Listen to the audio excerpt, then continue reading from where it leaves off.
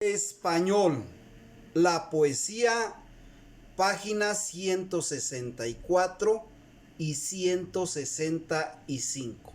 Recuerda que una poesía debe de estar formada por versos. ¿Cuáles son los versos? Los renglones. Y estos renglones o estos versos deben contener una métrica. ¿Cuál es la métrica? La métrica es el número de sílabas que contiene cada verso, es decir, el número de sílabas que contiene cada renglón. Además, también está compuesto por estrofas. Las estrofas pueden ser, si son de 2 versos, se les nombra pareados. Si son de 3 versos, se le nombra terceto. Si es de 4 versos o 4 renglones, se le llama cuarteto. Si es de 5 versos, se le llama quinteto. Y si es de 6 versos, se le llama sexteto. Ello también investigamos diferentes definiciones de poesía. Primer concepto. La poesía es un género literario escrito en verso o en prosa, que se caracteriza por expresar ideas, sentimientos e historias de un modo estético y bello. Segundo concepto de poesía, se vincula a la manifestación de belleza mediante el lenguaje o la cualidad de las cosas o de las obras. Tercer concepto, la palabra poesía proviene del término latino poesis, que a su vez deriva de un concepto griego. Se trata de la manifestación de la belleza o del sentimiento estético a través de la palabra, ya sea en verso o en prosa. De todas formas, su uso más usual se refiere a los poemas y composiciones en verso. Cuarto concepto, poesía se trata de un género literario apreciado como una expresión de belleza o sentimiento artístico a través de la palabra en forma de verso o prosa. Si analizamos las diferentes definiciones que acabamos de leer, nos damos cuenta que todos se refieren a la manifestación de la belleza, ya sea en forma de prosa o en forma de verso. Se nos dice que en forma de verso es más común y estos versos pueden ser pareados, en terceto, en cuarteto, en quinteto o en sexteto. Y estos deben de contener ciertas rimas. En cambio, en forma de prosa no existe una métrica del renglón. Puedes escribir como tú quieras, poner el punto donde a ti te agrade y tampoco debe de estar escrito en rima.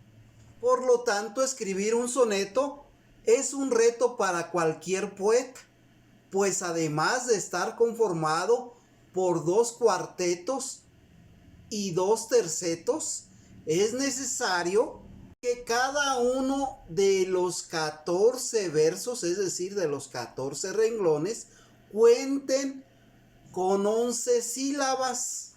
A continuación, lo comprobarás. En el soneto de la parte de abajo de la siguiente parte que te presento, se separan las sílabas en cada verso o renglón.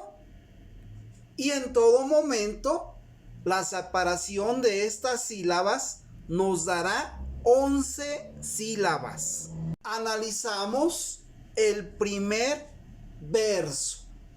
En perseguirme, mundo, que interesa.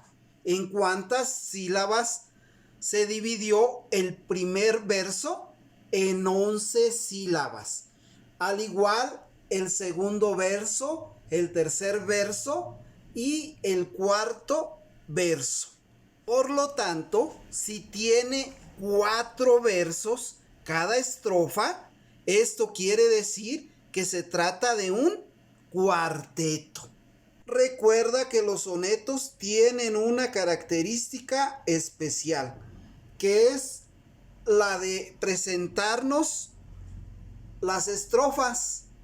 Primeramente, estas estrofas son 2 cuartetos y las segundas estrofas son 2 tercetos. Ahora bien, la pregunta del millón, que dicen que en algunas partes los versos tienen 12 sílabas. A continuación te lo explico. Estas sílabas que se encuentran unidas corresponden a las palabras distintas. A esa unión se le conoce como sinalefa y son las uniones que encontramos en cada verso con un color verde uniéndolas. Por lo tanto, esta unión cuenta como una sola sílaba. Analizando el cuarto verso que dice: y no mi entendimiento en las bellezas. Contamos la métrica en sílabas y no mi entendimiento en las bellezas.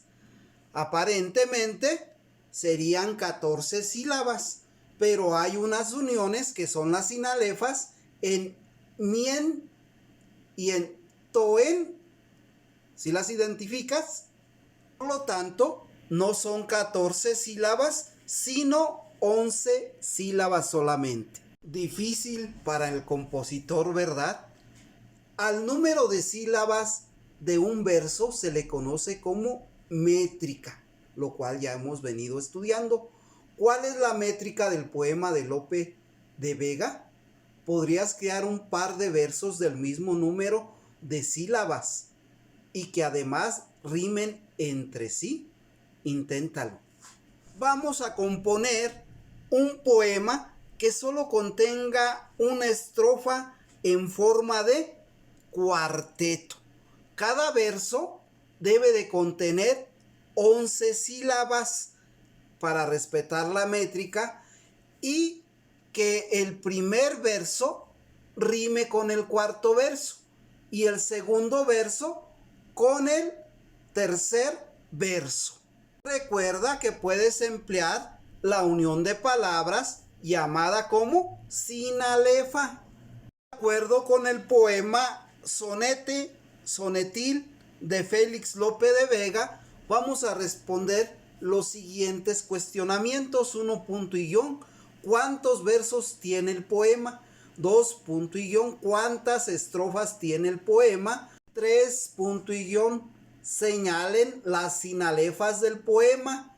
4 punto y guión, cuenten el número de sílabas de cada uno de los versos. A continuación analizaremos el siguiente verso titulado Nocturno a Rosario, el cual dentro de su métrica tiene 7 sílabas en cada uno de sus versos, los cuales son 10, y el número de estrofas solamente es una sola estrofa compuesta por 10 versos. A esta estrofa se le llama décima o espinela.